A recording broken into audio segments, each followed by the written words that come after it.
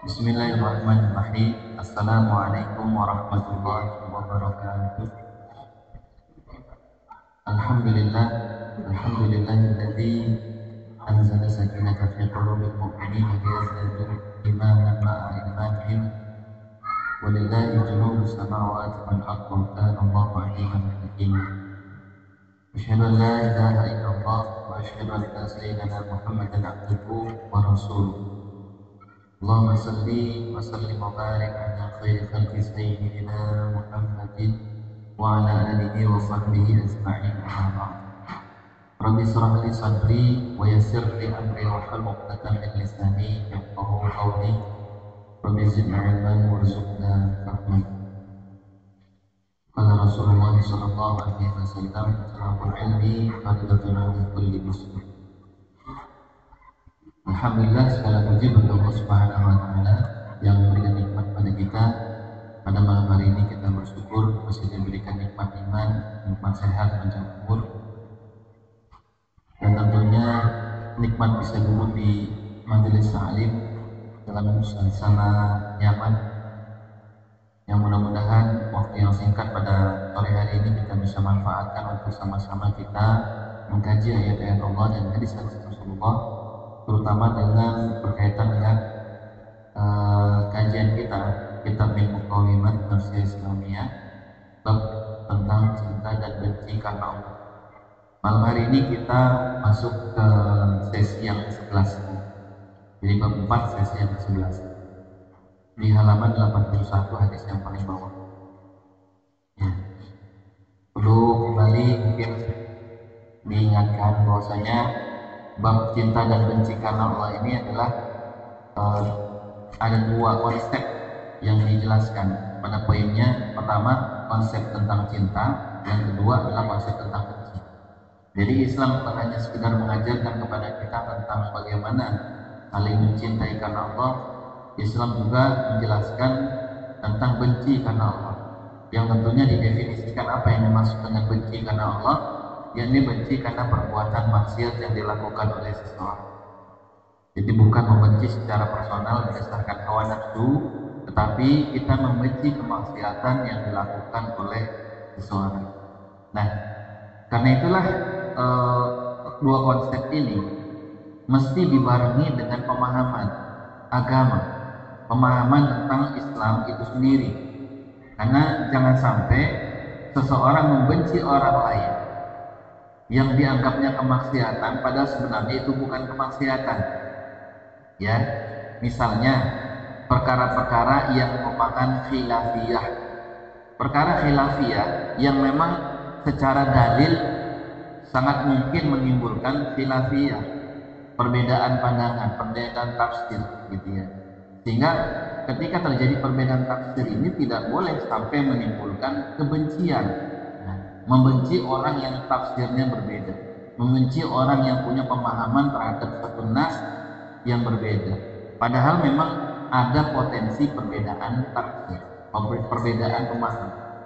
Makanya di dalam hal yang berkaitan dengan khilafiyah ini tidak masuk dalam konteks pembahasan tentang benci karena Allah.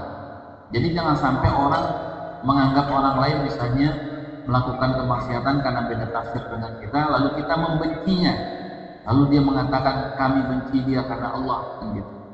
Karena dia salah tafsir, karena dia memahami ayat Al-Quran seperti ini, karena dia terlalu banyak mengikuti ulama, bukan mengikuti sunnah Nabi, kan gitu. Dia lebih mengikuti syekhnya dan lain sebagainya. Nah, belakangan ini banyak orang-orang yang kemudian saling membenci, yang menurut perasaannya membenci karena Allah, padahal sebenarnya tidak layak dia membenci orang lain karena beda penafsiran. Makanya disinilah mengapa bab ini, dua konsep tentang cinta dan benci, mesti dibarengi dengan pemahaman agama itu sendiri, sehingga kita bisa menempatkan mana posisi yang khilafiyah, mana posisi yang memang tidak boleh ada khilaf. Hal-hal yang tentunya tidak boleh ada khilaf adalah perkara-perkara yang memang maklumun min ad-din bid-darurah, tentang kewajiban sholat, tentang kewajiban puasa, kewajiban menerapkan syariat Islam secara kafah, kewajiban menutup aurat, kewajiban menjaga aib pertama, kewajiban untuk menundukkan pandangan, kewajiban untuk mentaati hukum-hukum Al-Quran. Tidak boleh mengingkari satupun ayat, karena mengingkari satu ayat sama saja mengingkari ayat-ayat yang lain. Ini sudah ma'lumun min ad-din bidarurah, sehingga orang yang berbeda dalam hal ini kita ya mesti nasihati. Nah, oleh karena itu Allah, tentu dengan pemahaman kita yang masih mungkin sangat dangkal termasuk saya sendiri, pembahasan pada bab keempat ini ya, ini bab 4 ya maksudnya, cinta dan benci karena Allah. Lupa bab 4 ya atau bab 5. Saking panjang ini kita sampai 10 sesi ya, bab 4 ya. Ya. Dengan pemahaman kita yang masih belajar ini, ya kita tidak menggunakan dalil-dalil ini untuk menghakimi orang lain, tetapi harus meletakkan pada porsinya. Seseorang yang memang melakukan tindakan kemaksiatan secara terang-terangan, itu berarti memang orang yang harus dinasihati, dan kita membenci kemaksiatan yang dia lakukan. Kita masuk ke hadis yang diriwayatkan oleh At-Tabrani, di mana telah meriwayatkan dengan isnad yang baik dari Ali radhiyallahu anhu. Beliau berkata, Rasulullah Shallallahu alaihi wasallam bersabda, "Salasun hunna haqqun." Ada 3 perkara yang merupakan hak. Ya. Apa? La yaj'alullahu man lahu sahmun fil Islam kaman la sahmalahu. Allah tidak akan menjadikan orang yang mempunyai andil di dalam Islam seperti orang yang tidak mempunyai andil apapun. Wala yatawallallahu 'abdun fayuwallayhi khairuhu.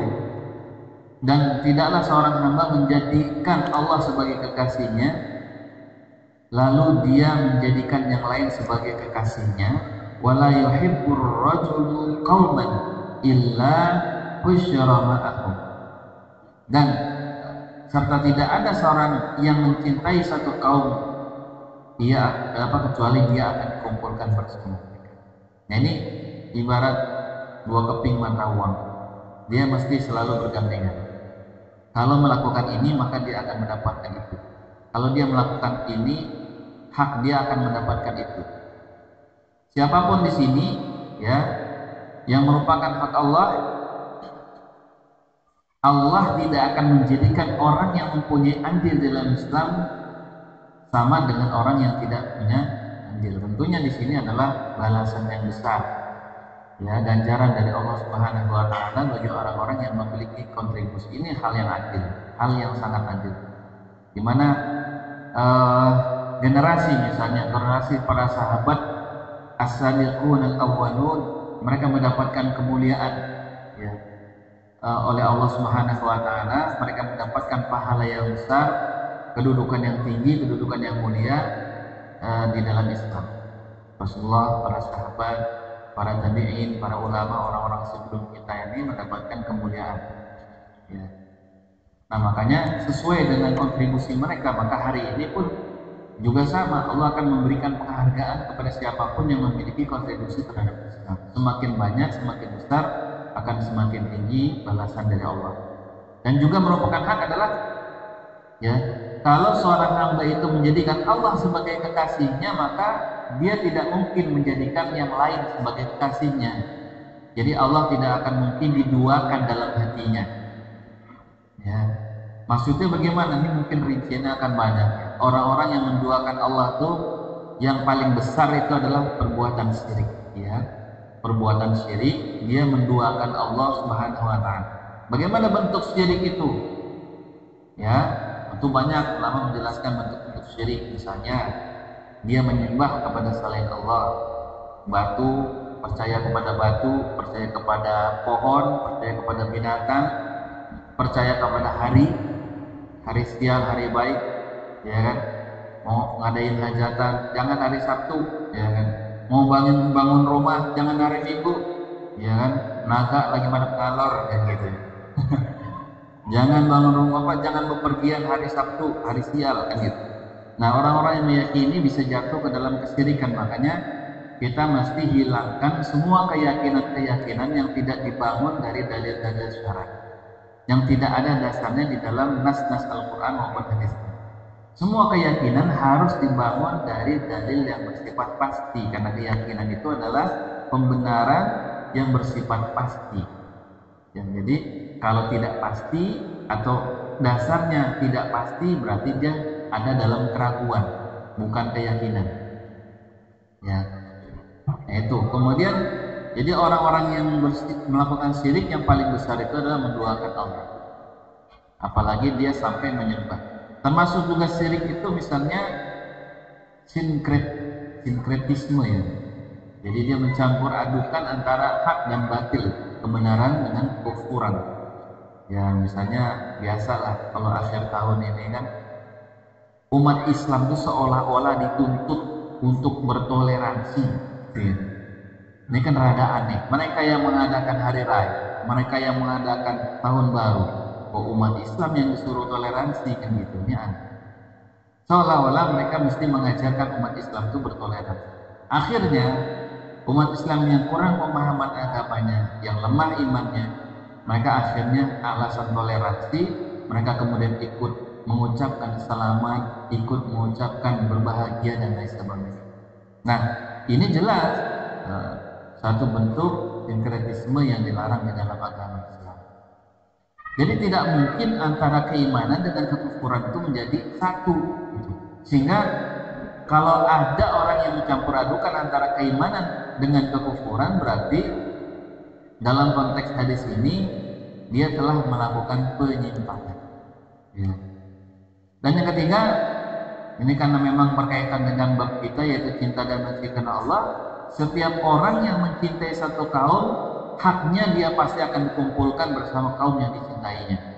Kita mencintai para sahabat, kita mencintai Rasulullah, itu insya Allah akan dikumpulkan dengan Rasulullah dan para sahabat. Dan ini udah pasti.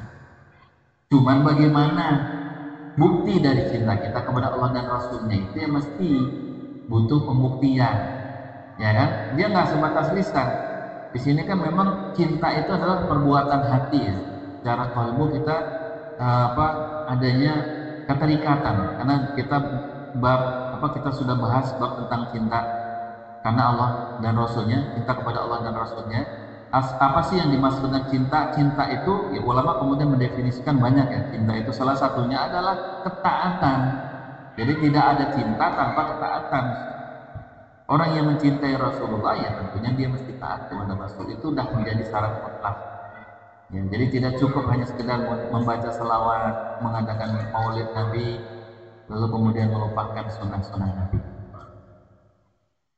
Ini sebenarnya ada pembahasan menarik yang kemarin itu tentang mengapa doa tidak juga kunjung dikabulkan. Mungkin nanti ada kajian suplemen kita sediakan kitab ini. Ada 10 sebab. Salah satu sebab doa itu tidak dikabulkan adalah apa? Ya, kalian menyatakan statement bahwasanya mencintai Rasul, tetapi kalian meninggalkan sunnahnya. Itu salah satu. Mengapa doa tidak dikabulkan? Karena kita hanya ngomong doang mencintai Rasul, tapi kita meninggalkan apa yang menjadi perintahnya, sunnahnya. Gitu. Ini menarik ya. Kajiannya sih lumayan. Kalau dibahas itu ya sekitar 1 jaman lah kalau dimeter. Dalam hadis ini terdapat larangan yang tegas untuk mencintai pelaku kejahatan. Oh, dari mana nih kok bisa disimpulkan begitu? Kan di sini nggak disebut-sebut ya. Artinya begini, di hadis yang paling akhir itu disebutkan tidak ada orang yang saling mencintai kecuali dia akan dikumpulkan bersama nanti di akhirat. Maka kalau orang yang menginginkan dikumpulkan di akhirat di surga gitu ya, maka tidak mungkin ya dengan cara dia mencintai orang-orang yang melakukan pelanggaran atau kejahatan, kemaksiatan. Ya, kalau dia mencintai para pelaku kemaksiatan, dia pasti akan dikumpulkan bersama dengan mereka. Jadi ini istilahnya secara mafhum hadis ini difahami begitu ya. Dan kalau orang-orang yang hanya tekstual gitu ya, apa istilahnya itu? Kalau tekstual itu apa ya? Zahiri ya. Mazhab Zahiri apa Mu'tazilah? apa sih yang istilahnya hanya mengambil secara tekstual ya, nggak tafsirnya. Nah kalau secara tekstual memang nggak disebutin orang yang mencintai orang ahli maksiat, enggak. Tapi secara mafhum, secara pemahaman hadis itu kita bisa simpulkan kalau memang kita tidak ingin dikumpulkan di neraka ya jangan mencintai ahli maksiat kira-kira begitu. At-Tirmizi telah mengeluarkan hadis, beliau berkomentar hadis ini hasan dari Muaz bin Anas al-Juhani bahwa Rasulullah Shallallahu Alaihi Wasallam bersabda, "Man a'ta lillah, wa mana'a lillah, wa ahabba lillah, wa abghada lillah, wa ankaha lillah, faqad istakmala imanuh." Barang siapa yang memberi karena Allah, tidak memberi juga karena Allah, mencintai karena Allah, membenci karena Allah, dan menikah karena Allah, berarti dia telah sempurna imannya. Nah, yang paling sering diajarin kan menikah karena Allah gitu. Ya, aku apa istilahnya itu? Aku nikahkan kau dengan Bismillah kan itu. Apalah istilahnya? Yang paling jadi sering bahan pembahasan kan gitu seputar pernikahan. Ternyata hadis ini lengkap, bukan hanya bahas pernikahan. Pertama, saling memberi karena Allah. Memberi itu memberi sesuatu. Tentunya bukan perkara yang haram. Dia memberi kain sarung, dia memberi kerudung misalnya. Harus lillah tuh. Jangan ada motivasi undang di balik batu tuh. Ya kan? Biar urusannya lancar. Ya, saya beri karena Allah kan gitu. Ini ucapan memang dia bisa mengatakan saya memberi ini ya ikhlaslah kan gitu ya lillahi ta'ala. Tetapi kan yang paling tahu adalah Allah dan si pelakunya. Hadis ini mengingatkan ya tentang orang-orang yang sempurna imannya itu ya betul baik lisannya maupun apa yang dibenarkan oleh hatinya itu mesti connect. Tanda sempurnanya iman tuh lisan dan hatinya connect benar gitu. Nah cuman kan yang bisa mengukur hati itu hanya pelaku dan Allah. Makanya ya ini nanti kita akan sampai pada pembahasan tentang riya, tentang ikhlas nanti di bab 14 kalau nggak salah, bab yang paling panjang dari kitab ini. Semua hadis-hadis, ayat-ayat yang berkaitan pembahasan tentang ikhlas dan riya itu sebenarnya tidak digunakan untuk menghakimi orang lain. Wah nggak ikhlas lo, wah nggak riya lo kan gitu. Bukan. Semua ayat itu adalah untuk introspeksi si pelakunya, gitu. Karena apa? Riya adalah perbuatan hati, ikhlas adalah perbuatan hati. Hanya dia pelakunya yang tahu dan Allah, sehingga kita nggak tahu. Secara fisik mungkin kelihatan dia nggak ikhlas, tapi yang paling tahu isinya adalah Allah. Secara fisik mungkin dia tidak ikhlas, ya kelihatannya seperti orang tidak ikhlas, tetapi yang paling tahu dia hanyalah Allah. Ya, bisa jadi dalam pandangan kita ini kayaknya orang ikhlas banget nih kan gitu. Tapi yang paling tahu hanya Allah. Sehingga semua ayat dan hadis itu tidak boleh dipakai untuk menghukumi orang lain. Wah, berdasarkan hadis ini nggak ikhlas tuh, nggak bisa. Berdasarkan ayat ini nggak ikhlas, enggak. Ya, jangan hukumi orang dengan ayat dan hadis yang membahas tentang itu, karena dia adalah perbuatan hati. Nanti kalau lebih dalam kita kaji. Nah, berkaitan dengan ini juga sama. Kesempurnaan iman seseorang itu ya ditentukan dari apa? Ya, bagaimana dia melakukan semua perbuatan baiknya itu dimotivasi karena Allah Subhanahu wa taala. Tapi memang ya secara fisik kita bisa merasakan diri kita sendiri, lagi-lagi diri kita yang bisa merasakan kita ini ikhlas apa enggak sih dalam perbuatan. Misalnya mungkin suatu saat kita pernah memberi orang sesuatu, memberikan bantuan sesuatu, dia butuh kita berikan bantuan, dia butuh lagi kita berikan bantuan. Kapan dia datang kita berikan bantuan. Suatu saat ya dia tidak memberikan manfaat apapun kepada kita misalnya. Ada nggak perasaan di dalam hati kita itu ya rasa nyesel, merasa kecewa dan gitu udah selama ini kau bantuin dari kecil kau sekolahin ya kan, apa udah susah tenang bersama dalam satu kos-kosan kan gitu ya, semua kita korbankan demi dia, kan gitu ya. Laki ini laki, perempuan ya. Tapi dia ternyata menusuk kita dari belakang, gitu, menikam kita dari belakang. Ada nggak rasa-rasa seperti itu? Kita merasa mengungkit masa lalu itu. Orang yang ikhlas, insya Allah dia tidak akan mengungkit itu. Nah, bisa nggak kita istiqomah dengan hati yang ikhlas itu pada saat kita dikecewakan oleh orang yang pernah kita bantu? Kayaknya rasa-rasanya dikit orang yang bisa istiqomah itu. Dan ini butuh latihan memang. Itu butuh latihan. Dan itu mesti dipoles. Ya. Itu mesti dipoles. Latihannya ya dengan memahami konteks ayatnya, konteks hadisnya, balasan orang yang ria, balasan orang yang ikhlas. Itu di pertemuan khutbah. Ya. Jadi orang itu tidak akan bisa sabar, misalnya, nanti kita masuk ke dalam bab sabar juga. Tidak akan bisa sabar kecuali dia memahami ilmu tentang sabar. Tentang betapa besarnya balasan orang yang sabar dan betapa besarnya siksaan bagi orang-orang yang sabar. Orang tidak akan mampu bersyukur kecuali dia memahami konteks ilmu tentang syukur. Betapa besarnya pahala orang-orang bersyukur, betapa murkanya Allah Subhanahu wa taala terhadap orang-orang yang kufur terhadap nikmatnya.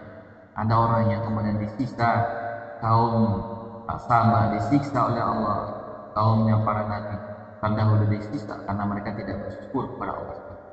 Jadi intinya memang kita mesti memahami agama kita ini untuk bisa ikhlas. Makanya dulu ada film ya, belajari ilmu ikhlas. Ya memang mesti dipelajari. Kita secara konsep mungkin sudah tahu ikhlas itu gimana sih ya, tapi untuk bisa memiliki hati yang ikhlas itu mestilah ya. Nah, saya kasih contoh seperti itu, barangkali mungkin di antara ada yang gagal, pernah gagal ketika diuji oleh Allah, orang yang mengecewakan kita.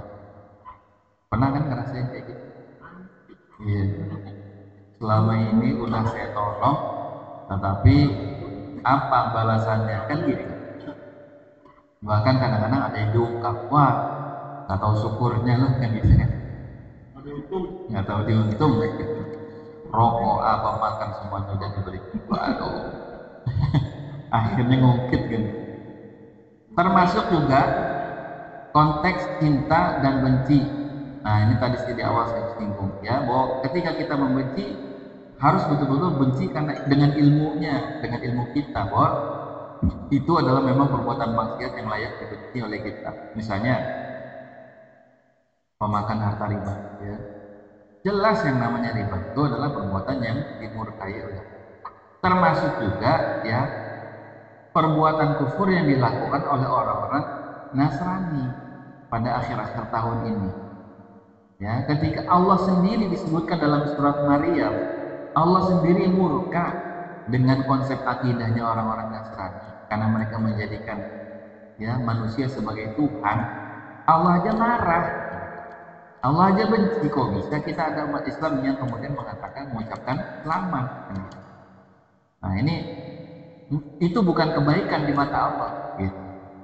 Kan kita harus toleransi. Ya betul, memang harus toleransi. Toleransi tidak boleh mengurangi keyakinan bahwasanya hanya Islamlah agama yang diridhoi oleh Allah Subhanahu wa taala.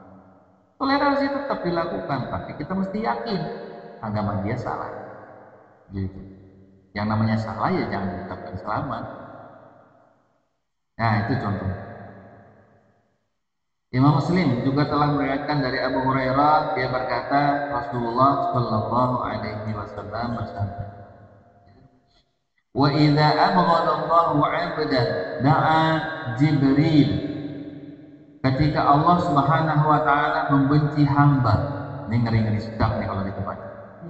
Maka Allah memanggil malaikat Jibril, fayaqul, kemudian Allah berfirman, inni abghudu fulana fa abghuduhu, sungguh aku membenci fulan, maka bencilah dia. Qala fayabghuduhu Jibrilu thumma yunadi fi ahli sama innallaha yabghudu fulana fa abghuduhu. Maka sungguhnya ya di sini Rasulullah bersabda, kemudian Jibril pun membencinya dan menyeru kepada penghuni langit, sungguh Allah telah membenci si fulan, maka bencilah dia. Kalau Allah sudah benci, seluruh penduduk langit benci sama dia. Ya, kalau sudah penduduk langit benci, sebenarnya nggak seluruh penduduk langit. Kalau Allah sudah benci itu udah kayaknya udah paling jelek, ya, paling mengerikan. Waalaikumsalam. Alhamdulillah. Ahlan, sahlan. Alhamdulillah. Nah, posisi orang yang dibenci oleh Allah Subhanahu wa taala ini adalah posisi yang paling mengerikan karena dia sudah dipastikan menjadi ahli neraka kalau dia mati dalam keadaan itu. Ya. Nah, ini hadis juga termasuk peringatan keras untuk jangan sekali-kali memancing amarah Allah Subhanahu wa taala, memancing kebencian Allah Subhanahu wa taala. Karena kalau Allah sudah benci, Allah akan tanggung-tanggung, diumumin kepada malaikat Jibril, suruh diinfokan kepada grup penduduk langit. Nah, itu suruh benci semuanya. Maka Rasulullah kemudian bersabda, qala fayabdu nahu thumma tudau lahul baghdau fil ard. Kemudian mereka pun membencinya dan setelah itu kebencian baginya akan diletakkan di bumi. Ini orang-orang yang dibenci oleh Allah Subhanahu wa taala itu siapa? Nah, ini di antaranya adalah ya tentu orang-orang kafir. Ghairil maghdubi 'alaihim waladdallin. Orang-orang kafir yang dibenci itu orang-orang Yahudi, orang-orang Nasrani. Orang-orang mereka yang dimurkai oleh Allah, maka Allah murka kepada mereka. Nah, bisakah seorang muslim dibenci oleh Allah Subhanahu wa taala? Bisa. Ya. Siapa? Mereka yang tadi, ya, yang berbuat syirik, kemudian mereka bermaksiat. Ya pasti mereka dibenci oleh Allah yang namanya berbuat maksiat. Dengan sengaja, dengan terang-terangan, bahkan dia bangga dengan kemaksiatannya yang sudah Allah tutup-tutupi, dia justru buka. Dia berbuat maksiat di malam hari, Allah sudah tutupi, justru dia malah ceritakan di siang hari.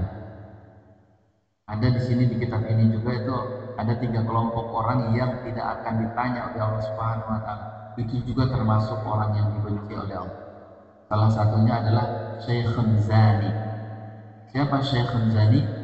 Syekh itu orang tua, udah tua bangke, gitu ya. Zani, berzina, udah tua berzina. Ini juga orang yang tidak akan disucikan oleh Allah Subhanahu wa taala, dibenci.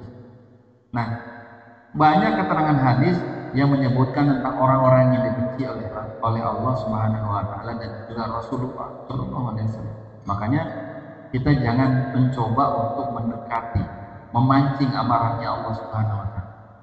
Tapi karena Allah Maha Pengampun, bukankah kalau kita minta ampun Allah akan mengampuni? Ya betul dari sisi itunya, gitu ya. Allah Maha Pengampun, betul kalau hamba itu betul-betul tulus memohon ampun kepada Allah Subhanahu wa taala. Ya. Hanya saja apakah dia terus ya memohon ampun kepada Allah sampai akhir hayatnya? Kadang-kadang dia lupa, kadang-kadang dia asik, ya, sampai dia kemudian lupa mentaubati dosa-dosa. Nah, di sini dalam hal ini Imam Ibnu Al-Jauzi mengingatkan kepada kita, wahai orang-orang yang mengharapkan surga. Itu seruan buat siapa? Dari beliau. Wahai orang-orang yang mengharapkan surga, siapa itu? Buat siapa? Buat kita, umat Islam. Sesungguhnya ayah kalian, Nabi Adam alaihissalam, dikeluarkan oleh Allah dari surga lantaran satu dosa. Lalu bagaimana mungkin kalian mengharapkan dimasukkan ke dalam surga, padahal masih banyak dosa kalian yang belum kalian taubati? Kalimat beliau kayak gitu. Jadi memang taubat itu harusnya sudah menjadi kebiasaan seorang muslim setiap hari. Dalam kitab ini juga disebutkan, berbahagialah orang-orang yang ketika nanti di hari kiamat menemukan catatan amalnya itu banyak dipenuhi dengan istighfar. Makanya para sahabat Rasul mereka senantiasa istighfar ribuan kali, mendawamkan istighfar. Dan salah satu hikmahnya mendawamkan istighfar dalam Al-Quran itu saya lupa ayatnya. itu akan mendatangkan rezeki. Ya, memperbanyak istighfar itu mendatangkan rezeki. Salah satunya yang disebutkan apa itu adalah rezeki dari langit. Allah akan turunkan berupa hujan, rezeki dari langit. Makanya ada orang-orang sukses yang ketika ditanya apa kiat-kiat suksesnya, ya sering disebutnya itu apa ya, dia menyebutnya itu ya dia bertransaksi dengan langit atau bahasanya apa langit. Apa yang dimaksud dengan transaksi dengan langit? Maksudnya dia mendawamkan amalan-amalan yang terkoneksi dengan Allah Subhanahu wa taala. Salah satunya adalah istighfar. Gitu. Jadi istighfar selain dia memberikan dampak pada dunia kita, dia juga berdampak pada akhirat. Bahkan kalau nggak salah ceritanya Imam apa Ahmad bin Hanbal itu juga bertemu dengan tukang roti itu kan, karena si tukang roti itu mendawamkan istighfar. Ya, dia sangat berharap bertemu dengan Imam Ahmad bin Hanbal. Ternyata ya itulah doa yang satu-satunya yang belum dikabulkan sama Allah. Dia senantiasa beristighfar. Ya, kemudian kita lanjutkan sini bahwasanya kebencian Allah itu sangat besar. Ya, jangan berharap orang-orang yang dibenci oleh Allah itu bisa dimasukkan ke dalam surga.